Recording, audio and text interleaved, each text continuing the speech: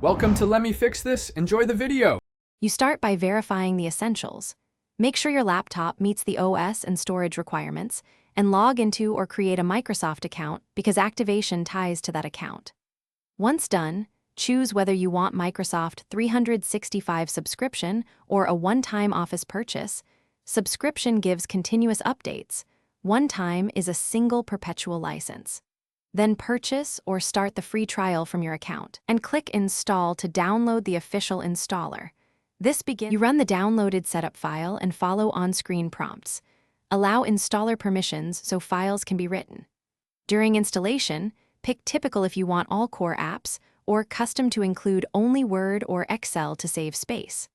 Once installed, open any Office app and sign in with the same Microsoft account you used to buy or subscribe. This ties the license and activates Office. Make sure automatic updates are enabled so you keep security and feature updates current. You finish by opening an Office app and verifying activation under Account Settings so license and username display. This confirms everything is linked. Then connect OneDrive and set autosave as needed and adjust update and privacy settings to your preference. If something goes wrong, one key troubleshooting step. Run the built-in Office repair from Programs, Windows, or uninstall/reinstall on Mac OS after signing out. Often repairing credentials or reinstallation resolves activation and missing file issues quickly.